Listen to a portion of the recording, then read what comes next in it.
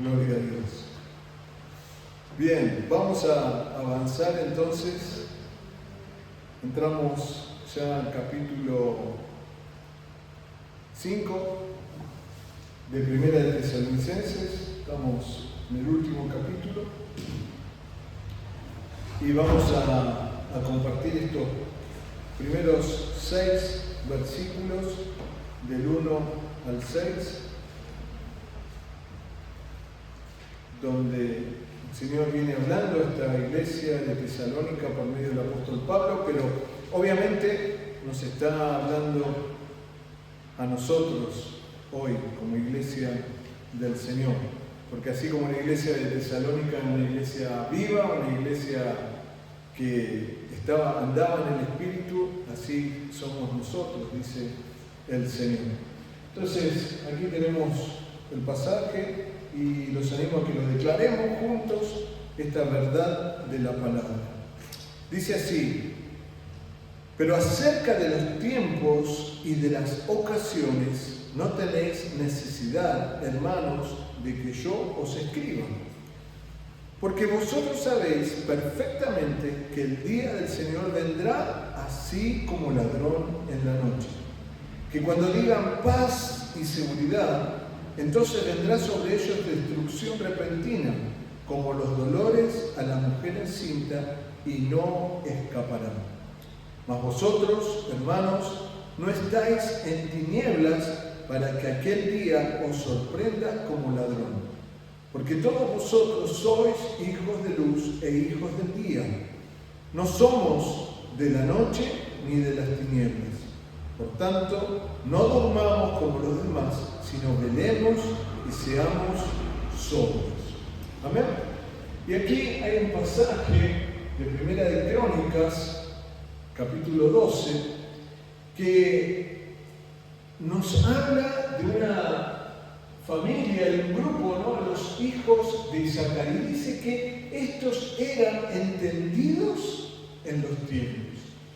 Entendidos en los tiempos. Y que sabían lo que Israel debía hacer y cuyo dicho seguían todos sus hermanos. O sea que los hijos de Isaacar no solamente eran entendidos, sino que sabían lo que tenían que hacer y hablar. Y que esto era de bendición para todo el pueblo. Ahora, esta realidad tiene que estar en nosotros. Esta verdad que nosotros somos entendidos en los tiempos. ¿Y qué significa ser entendido en los tiempos? Que sabemos, tenemos claridad en los tiempos que vivimos, lo que tenemos que hablar, ¿no? Y lo que tenemos que hacer. Entonces, hoy por hoy, en el mundo de las comunicaciones, donde las noticias al instante no llegan de un lado o del otro, pero cuántas cosas, el otro día escuchaba a un periodista y decía, ¿no?, cómo hoy por hoy se generan rápidamente campañas mundiales a favor o en contra de él, ¿no?, en forma instantánea. Y muchas veces con información que no es real. Basta, uno prende y ve cosas, pero ¿serán real? ¿No serán real? Y hoy con el mundo de todo lo que es la IA, hasta ni las personas sabemos si son reales. Las vemos como reales, pero ni siquiera podemos llegar a saber si son esas personas. Entonces, estamos viviendo en un mundo tan etéreo, ¿no? Donde es que importante que la iglesia tenga claro lo que tiene que hablar, lo que tiene que decir, lo que se está viviendo en este tiempo como iglesia. Por eso es importantísimo entender la doctrina. Y acá vamos a estar hablando de la segunda venida de Cristo. Entonces, el apóstol Pablo dice, pero acerca de los tiempos no tenéis necesidad, hermanos, que yo sé. ¿Por qué? Porque sabían ellos. La iglesia de Tesalónica sabía, así como nosotros sabemos lo que tenemos que hacer, ¿no? Y tenemos una esperanza, como creyentes, tenemos una esperanza que es esta vida en Cristo Jesús. Ahora, acá hay 2 pasajes, ¿no?, de Primera de Tesalonicenses, que dice, tampoco queremos, hermanos, que ignoréis acerca de los que duermen. Y de esto hemos hablado la semana pasada cuando el apóstol Pablo en el capítulo 4 nos explica qué es esto de dormir. Que eran aquellos que obviamente dejaron este mundo porque su corazón dejó de latir, por decirlo de alguna forma, pero partieron, ¿no? Y el apóstol Pablo lo describe que están durmiendo. Ahora, como hemos mencionado, que están durmiendo no implica que están dormidos, sino que están en un estado de conciencia y con un cuerpo intermedio. Ahora, dice ahí, no, pero acerca de los tiempos y de las ocasiones no tenéis necesidad. ¿De qué? De que lo que hemos leído recién, ¿no? Que yo os escriba. ¿Por qué? ¿Por qué no tenían necesidad de los tiempos? Porque conocían, como dice acá, la doctrina de Dios de la segunda venida, la tenían clara. Sabían que Cristo iba a venir a buscar a su iglesia. Ahora, hay mucha gente que vive la vida como, bueno, ¿quién no ha escuchado la frase, no? La vida es una sola, hay que vivirla. Si no aprovechás ahora, si no te da los gustos, si no esto, si no aquello, ¿cuándo lo vas a hacer? ¿No? Y sabemos que no es así, porque la gente piensa que el tiempo que están aquí en este mundo es todo.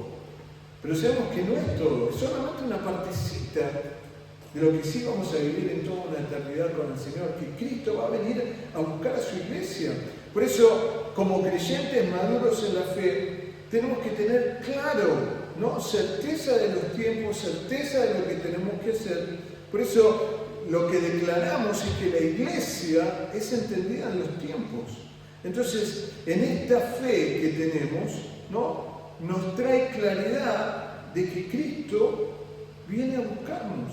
Por eso somos testigos. Que Cristo viene a buscarnos, está en nuestro corazón, en nuestra esperanza.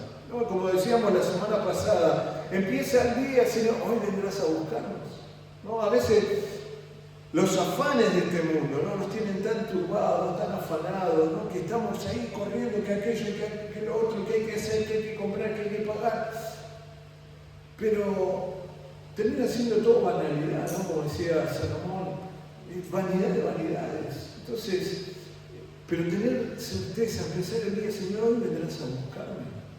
Uno de estos hermanos que oramos hoy por sanidad es un hombre de 98 años, ¿no?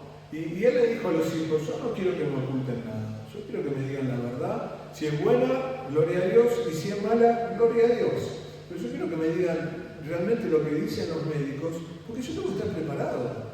Porque si me voy a morir, tengo que estar listo para irme con mi amado, ¿no? Entonces, qué lindo ese sentir, donde uno sabe que no muere, sino que parte a la presencia de Dios. Y en el caso de los que todavía estamos aquí en este mundo, sabemos que Cristo puede venir a buscarnos hoy mismo, ¿no? Entonces, esta es nuestra esperanza, es lo que es como nuestro oxígeno, saber que Cristo va a venir a buscarnos, ¿no? Lo que nadie puede anticipar, nadie sabe el momento, nadie sabe la hora, ¿no? Por eso cuando decimos Maranata, ¿no? Cristo viene pronto, Cristo viene. ¿Cuándo? No sabemos. Pero Cristo viene a buscarnos, viene a buscar la iglesia. Por eso en Apocalipsis 3 nos anima, ¿no? A decir, dice, retén tu corona, porque vengo pronto. Entonces, debemos, hermanos, estar atentos a todo lo que el Señor quiere hacer con nosotros. Estaba pensando, ayer estaba preparando las clases y esas coincidencias del Señor, ¿no? Las clases que le toca a los niños esta semana aquí en el colegio que comienza es acerca de la venida de Cristo, ¿no? Y mañana tenemos clase con el pre-kinder, ¿y cómo explicarles? ¿No? Entonces, es como cuando alguien dice, te va a venir a buscar para ir a pasear, ¿no? Te va a llevar al mall, no sé, a algún lado, al parque. Los niños están expectantes, ¿no? Veía en Argentina este sábado hubo retiro de niños y mi nieta me mandaban videos, ¿no? Dice, de temprano estaba lista. Ya el día anterior había preparado su mochila para poder ir al retiro, ¿no? Y ahí se iba feliz a recibir de Dios. Entonces, esa es la actitud, ¿no?, que debemos tener, de estar expectantes, de que el Señor viene. Y estamos listos. Señor, estoy listo. Estoy para venir ahora y me voy con vos. O hay cosas que tenemos que resolver, hay cosas que a veces nos quitan el sueño, hay cosas que a veces nos preocupan tanto que nos quitan del plan y propósito de lo que Dios quiere hacer. Ahora, esta palabra, el Señor, el apóstol Pablo dice, porque vosotros sabéis perfectamente que el día del Señor vendrá así como ladrón en la noche, ¿no? Y nadie sabe cuándo va a entrar un ladrón, nadie sabe cuándo va a acontecer algo, porque si supiera, uno estaría listo. Ahora, entender que esta esperanza que el Señor ha puesto en nosotros, ¿no? Como dice la palabra, dice, pero pedís, pero el Señor va a dar mucho más abundantemente de lo que pedís o entendéis, ¿no? Entonces, saber que tenemos una esperanza, que hay un Dios que nos oye, que hay un Dios que está con nosotros, que hay un Dios que hace milagros, que está intercediendo por nosotros. Pero esto a la vez nos lleva a poder estar atentos a no perder, ¿no? Dice que dos van a estar en una misma cama y uno va a ser arrebatado y el otro va a quedar ahí. Eso nos está hablando de que no todos se van a ir al cielo, no todos van a partir a la presencia del Señor. Y encontramos aquí en la palabra, y es lo que vamos a ver ahora, es que hay algunos que no van a ser arrebatados. Y acá tenemos tres ejemplos, ¿no? Tenemos, se achicó el recuadro, pero vamos a ver ahí en Mateo 25, ¿no?, las 5 vírgenes, este pasaje que nos relata la realidad que eran 10. Y comienza diciendo este pasaje, ¿no? El reino de los cielos será semejante, es una parábola, está haciendo alusión a otra cosa, a 10 vírgenes que tomando sus lámparas salieron a recibir al esposo. 5 de ellas eran prudentes y 5 insensatas. Las insensatas, tomando sus lámparas, no tomaron consigo aceite, mas las prudentes tomaron aceite en sus vasijas juntamente con sus lámparas. Y tardándose el esposo, cabecearon todas y se durmieron. Y a la medianoche se oyó un clamor: aquí viene el esposo, salid a recibirle. Entonces todas aquellas vírgenes se levantaron y arreglaron sus lámparas. Y las insensatas dijeron a las prudentes: danos de vuestro aceite, porque nuestras lámparas se apagan.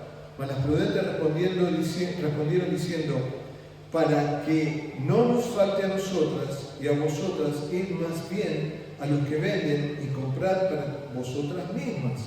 Pero mientras ellas iban a comprar, vino el esposo, y las que estaban preparadas entraron con él a las bodas, y se cerró la puerta. Acá vemos un grupo que nos está hablando de aquellos que son insensatos, ¿no? Aquellos que, sabiendo que el Señor va a venir, no están llenos del Espíritu Santo. Y no porque el Espíritu de Dios lo tenga que ir a comprar, lo tenga que conseguir en algún lado. No, lo hemos recibido, pero cuando el Espíritu de Dios no es como, se lo compara muchas veces con el fuego. ¿Y qué pasa cuando un fuego no se lo alimenta? ¿No? Acá, que es tan común con la combustión, ¿no? No sé, ¿tienen a leña o ustedes o a pelo? A leña. Bueno, cuando se apaga y no ponemos más leña, se apaga. Y lo mismo pasa en la vida espiritual. Si no estamos continuamente alimentando, ¿no?, con fuego, con leña, con el Espíritu, con la palabra, con el congregarnos, ¿no?, con el servir al Señor, se va apagando el Espíritu, poco a poco. Y uno se empieza a distanciar, Por eso el Señor habla y nos exhorta, ¿no?, de que ninguno deje de congregarse. ¿Por qué? ¿Dios quiere que vengamos a la iglesia a fichar como en un trabajo? No, nada que ver. sino que eso nos alimenta, eso nos llena, eso hace que nuestra vida crezca. Por eso entender que estas mujeres se quedaron afuera. Cuando quisieron reaccionar, fue tarde. ¿Por qué? Y se cerró la puerta. Se lo perdieron. ¿Y por qué habla de una boda? Porque hacia eso, ahí vamos, ¿no? Sabemos que cuando Cristo venga a buscarnos, ahí nos vamos con Él y ahí van a comenzar las bodas del Cordero en el cielo, por 7 años, ¿no? Una tremenda fiesta. 7 años vamos a estar de fiesta con el Señor. Mientras que acá en la tierra va a haber 3 años y medio de una aparente paz, pero luego se va a manifestar por 3 años y medio el anticristo, ¿no? Hasta que vengamos luego nosotros como iglesia a reinar con el Señor Jesús por 1000 años. Pero hay otro pasaje acá en Mateo 22, versículo 8, que es muy interesante, que dice: entonces dijo a sus siervos, las bodas a la verdad están preparadas, mas los que fueron convidados no eran dignos. Id pues a la salida de los caminos y llamad a las bodas a cuantos halléis. Y saliendo los siervos por los caminos juntaron a todos los que hallaron juntamente, malos y buenos, y las bodas fueron llenas de convidados. Y entró el rey para ver a los convidados y vio allí a un hombre que no estaba vestido de boda. Y le dijo: amigo, ¿cómo entraste aquí sin estar vestido de boda? Mas él enmudeció. Entonces el rey dijo a los que servían: atadle de pies y manos y echadle en las tinieblas de afuera. Allí será el lloro y el crujir de dientes, porque muchos son llamados y pocos escogidos. Ahora, si uno lo mira así, simplemente es pensar, bueno, quizás no tenía ropa para vestirse, quizás, lo tomaron así, lo metieron en la boda. Pero la realidad es que acá está haciendo referencia a las vestimentas, ¿no? Por eso la palabra nos inssta a vestirnos del nuevo hombre, ¿no? Y cuando uno acepta a Jesús, ya está vestido del nuevo hombre, ya recibe ese smoking, ¿no? Por decir, estamos listos para entrar a la presencia de Dios. Ahora, ¿qué significa esto? Que esa vestidura se puede manchar, que esa vestidura se puede romper, se puede desgarrar, porque es aquello que pasa cuando no alimentamos el Espíritu, ¿no? Es otra faceta, ¿no? Como mirar una misma cosa desde otro ángulo, ¿no? Entonces, por un lado, con las virgen insensatas nos habla del Espíritu. Acá nos habla de nuestra vestidura, de nuestra forma de andar, de nuestra forma de pensar, de nuestra forma de comportarnos, nuestra forma de hablar, ¿no? Eso puede hacer que nuestra vestidura comience a dañarse. Entonces, a veces hay cosas que las normalizamos. Bueno, pero es un garabatito, sí, todo lo dice. Pero no es así, ¿no? Y acá es donde tenemos que cuidar estas vestiduras. ¿Por qué? Porque el que no esté vestido conforme a la ocasión, ya sabemos que fue llevado a ese lugar de tinieblas, donde allí será el lloro y el crujir de dientes. Pero hay un versículo más, en Lucas 12, que dice: aquel hombre que atesoró riquezas, ¿no? 12:16, dice: la heredad de un hombre rico había producido mucho, o sea que tenía muchísimo dinero.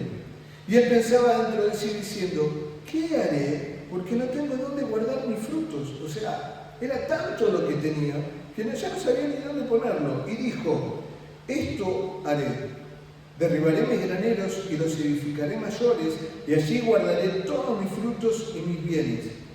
Y diré, presten atención a este versículo, y diré a mi alma: alma, muchos bienes tienes guardados para muchos años, repósate, come, bebe, regocíjate. Pero Dios le dijo: necio, esta noche vienen a pedirte tu alma y lo que has provisto, ¿y quién será? Así es el que hace para sí tesoro y no es rico para con Dios. Entonces, entender esto, que es bueno tener abundancia y ser próspero, claro que sí. Dios quiere que seamos prósperos, que haya abundancia en la iglesia, en los hijos de Dios. Él quiere que realmente haya mucha abundancia. Pero no porque ese sea el centro, sino porque el centro es el Señor, ¿no? Más buscar primeramente el reino de Dios y su justicia, y todo lo demás vendrá por la venida de Dios. Entonces, cuando ponemos el reino, ahora este hombre se llenó, tenía los graneros que ya no sabía dónde poner, pero fíjense, ¿no? Él le habla al alma, no al espíritu, a su alma le dice. ¿Y qué le dice al alma?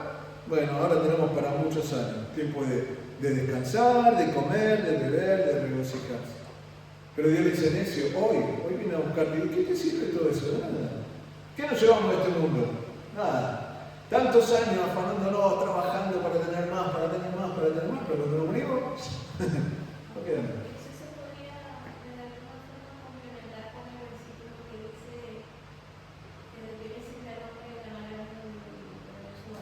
Tal cual, es así. O sea, ¿está mal tener bienes, tener dinero? ¿Está mal? No, está perfecto. El rey David fue un hombre súper próspero, abundante, tenía, daba para el reino. Pero su corazón, ¿dónde estaba? En la casa, ¿no? Él decía, es mejor un día en tu atrio, que 1000 fuera en tu atrio. Y convengamos que era por fe, porque no había templo. Ni siquiera había templo. Pero su anhelo estaba en estar en la casa de Dios. Él dio de sus tesoros para la edificación del templo. ¿No? Entonces, había mucha abundancia. En Israel hubo muchísima abundancia en ese tiempo. Porque se cantaba la palabra, el pueblo cantaba David, ¿cuántos salmos compuso? ¿No? Entonces, su corazón se desvivía por la casa de Dios. Entonces Dios le daba, ¿no? Por eso le dice, varón conforme a mi corazón. Ahora, este hombre, Dios le dice, necio, porque se afanó por tener. ¿Y de qué le sirvió? ¿Qué se llevó? Nada. Pero no estar listos para que llevarnos lo que es del Espíritu. No tener tesoros en los cielos. Ese es el tema. Sí, de acá no nos llevamos nada, absolutamente nada de nada, ¿no? Y eso nos tiene que llevar a entender que no dependemos de lo terrenal.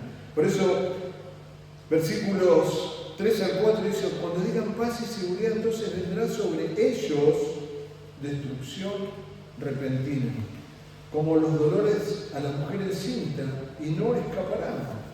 Mas vosotros, hermanos, no estáis en tinieblas para que aquel día os sorprenda como ladrón.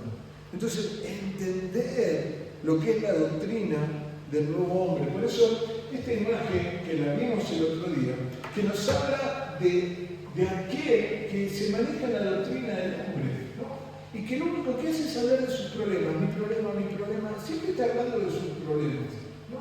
¿Y qué dice? No, porque me siento mal, porque todo me cae mal, porque todo le va mal. ¿No? Hay gente que vive en esta doctrina de hombre, ¿no? ¿Y qué buscan? Buscan paz, ¿no? A veces escuchamos, no, hace esto, no sé, abrazate un árbol porque te va a llenar de energía, caminar descalzo porque así la energía y eso te renueva y te da paz, sentate en la playa y, no sé, ponete a meditar y cuántas cosas, ¿no? Porque buscan paz y seguridad. Pero ¿qué es lo que dice? Porque se manejan bajo la doctrina de hombre, no buscan a Dios. Prefieren buscar en cosas banales, en cosas terrenales, y vendrá sobre ellos destrucción repentina como los dolores a la mujer encinta y no escaparán. O sea, ¿qué está hablando esto? Que viene la ruina, que viene muerte, que viene castigo. Ahí en 2 de Timoteo,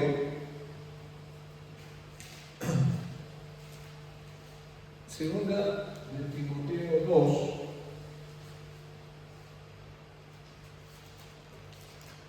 dice,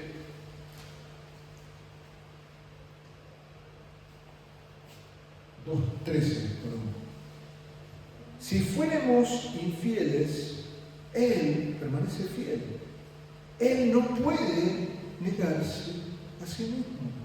Entonces, ¿cuántas veces somos o hemos sido infieles al Señor? Pero Él está, por eso hay una doctrina que es de Dios, la cual no cambia, esa doctrina permanece. Por eso esta palabra está dirigida a nosotros los creyentes. Cuidado, guardemos nuestra vida por causa de esperanza, por causa de lo que viene, porque tiene que ver con la doctrina de Dios de la segunda venida del Señor.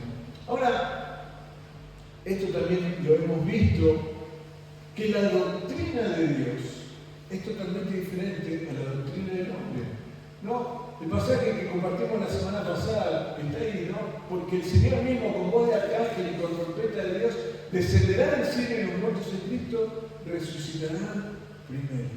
Entonces, esta es nuestra fe. Esta es nuestra fe, esto es lo que nosotros estamos creyendo.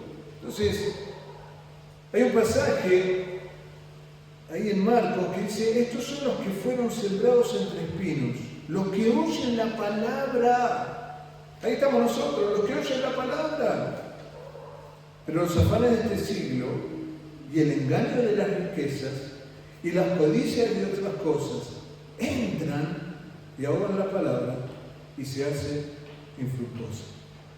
Entonces, algo que es muy común, ¿no? Los afanes. No, pero tengo que trabajar, tengo que trabajar, si no trabajo no como. Y es verdad, hay que trabajar, por causa del pecado hay que trabajar, todos trabajamos, ¿no? Ahora, hay que trabajar, pero si yo no pongo el reino en primer lugar, es todo banalidad. Entonces, a veces nos afanamos y decimos: no, pero no puedo parar 2 horas para ir al culto y recibir palabra, 1 hora a la semana. ¿Y cuántas horas le damos al trabajo? ¿Cuántas horas le damos, ¿no?, al celular, a las redes? Es una de las cosas que cuando el celular, me acuerdo, empezaba a marcar la cantidad de tiempo que uno pasaba con el celular en la mano, ¿no? Y no puede ser que invierta tantas horas, ¿no? Y comparamos, ¿cuántas horas invierto en leer la palabra? ¿Cuántas horas invierto en orar? ¿Cuántas horas invierto en adorar al Señor, no? Y queda en la nada mismo comparado con todo lo otro, ¿no?, con los otros tiempos. Por eso Pablo le dice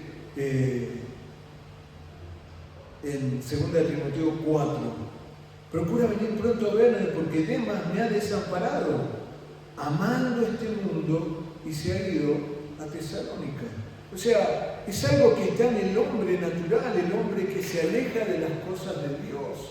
El hombre, yo he conocido hombres que se estaban muriendo físicamente, destinados ya a morirse, y Dios los sanó, Dios los rescató, Dios les dio una oportunidad. Se entregaron al Señor, sirvieron al Señor, pero en un momento se fueron al mundo. Pero en un momento abandonaron la fe. Hombres livianos en la fe. Viven como hombres naturales. Entonces, debiendo ser espirituales, se conducen como si no lo fueran.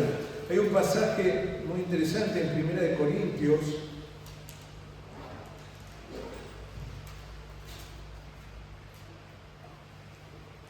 1 Corintios 3.